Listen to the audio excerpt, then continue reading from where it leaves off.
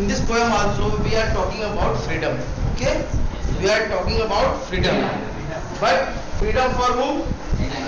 Freedom for tiger, for animal.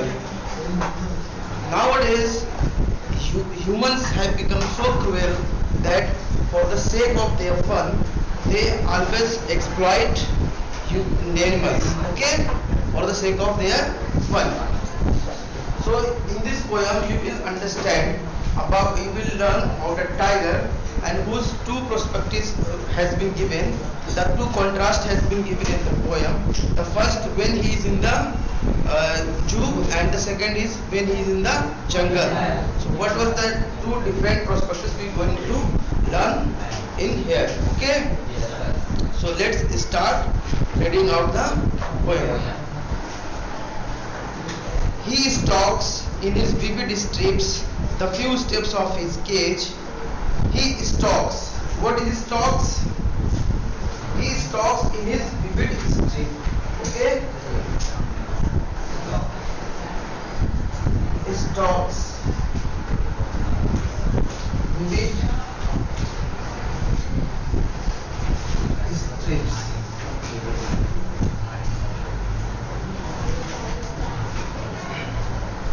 Okay, when you see a tiger, everyone have seen tiger, no? But tiger have a this type of structure, this band, black and that. Okay, so these are like branches. Okay, so the stem, this is stalks means stems. Okay, the stems of vivid means intense. What is that? Intense. And strips, everybody knows strip means bands. Okay, so these are bands. So the writer is explaining about a tiger who is in the zoo. He stalks in his vivid strips the few steps of his cage. So he is walking at the cage. Who is that? Tiger. Tiger is walking at the cage on a pads of velvet quiet. On a pads of a velvet quiet means his paws are like velvet, very soft. Okay, their paws are like velvet. And in his quiet rage, on pads of velvet quiet means his paws are walking very quietly. Okay, because he already know that I cannot escape from here, I have to stay here. So he is quiet and settled in his quiet rage. What is rage? What is rage?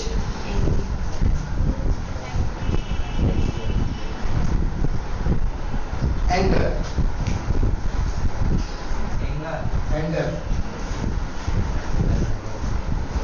Though he seems to be quiet, but inside his mind, he is very angry with the people who has put behind the bars. Okay, he is not happy at all. He is very angry. Now we will start the second stanza. He should be lurking in a shadow. What is lurking? Hide. That is hidden. Okay,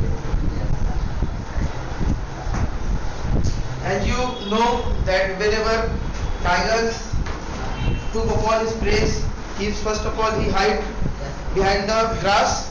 Okay, then when he find the real time, actual time, then he ran and jump over his prey.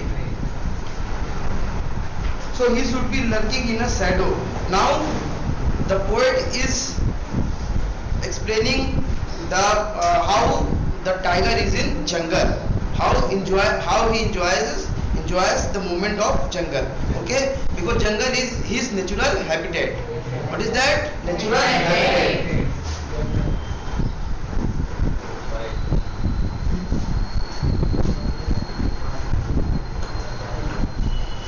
What is natural habitat?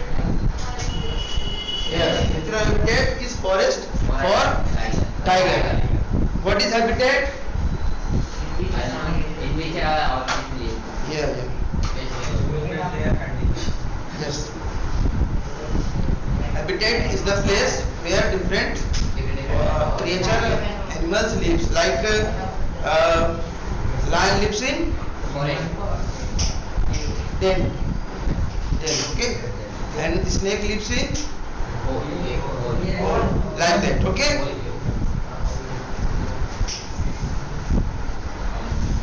He should be lurking in a shadow, sliding through a long grass. Sliding through a long grass. Sliding means coming forward and backward. Okay? Sliding through a long grass near the water hole.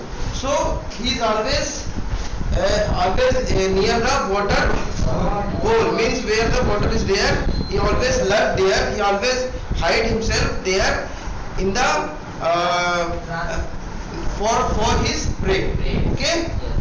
In search of his prey. He always hide himself in search of near the river or water. Okay? Near the water hole where plump deer pass. Plump deer. What is plump? What is plump?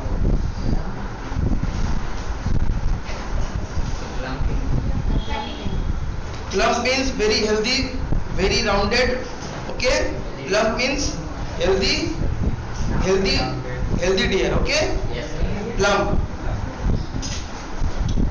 So plump. Okay, so plump means healthy. So plump deer pass. So where the plump deer pass, and that is obviously his prey, and he took over him. Okay. Now in the next stanza, he should be, again the poet is explaining about the life of tiger in the jungle. Okay. He should be snarling around houses. Okay. So he should be snarling. What is snarling? Yes.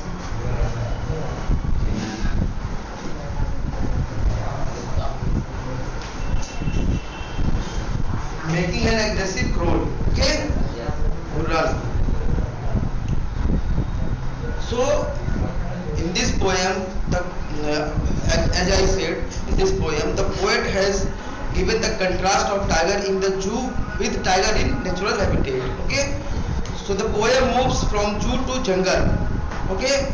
First he talks about zoo, then jungle, then again he comes to the zoo. Okay. He should be snarling around the houses at the jungle's edge. At the jungle's edge means at the edge of jungle. What is edge? Corner. Okay. At the edge of jungle. He is always making an aggressive growl. Why he is doing that? Bearing his white fangs, his claws, terrorizing the villagers. Okay. He was there to terrorize the villagers. Okay. Due to this activity, the villagers get scared. Okay. Bearing his white fangs and his claws. So his claws and fangs. Bearing means without wearing anything. So bearing means bearing तो रहते हैं हमेशा humans है ना. They never wear anything like us. Shoes and so bearing his white fangs, his claws. So but he is locked in a, now again the poet is describing about the zoo's life of tiger. Okay. Now in the fourth stanza, once again we reach to the zoo. Okay. But he is locked in a concrete cell. Who is being locked here? Tiger. So tiger is being locked in a concrete cell. His strength behind bar, and his all of his strength was behind the bar. He is finding him helpless.